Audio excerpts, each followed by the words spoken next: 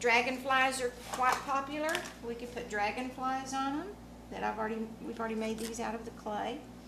There's just lots of possibilities, but a lot of people just want them plain.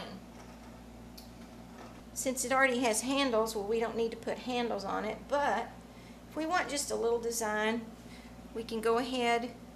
We order these from our supply house.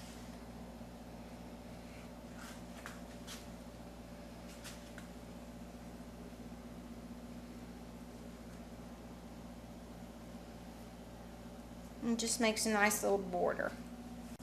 Now that will be ready probably tomorrow. As you can see, it comes up. This is out of the greenware it's out of the piece of clay that's dried and fired in the electric kiln. So it's going to take all the moisture out of that.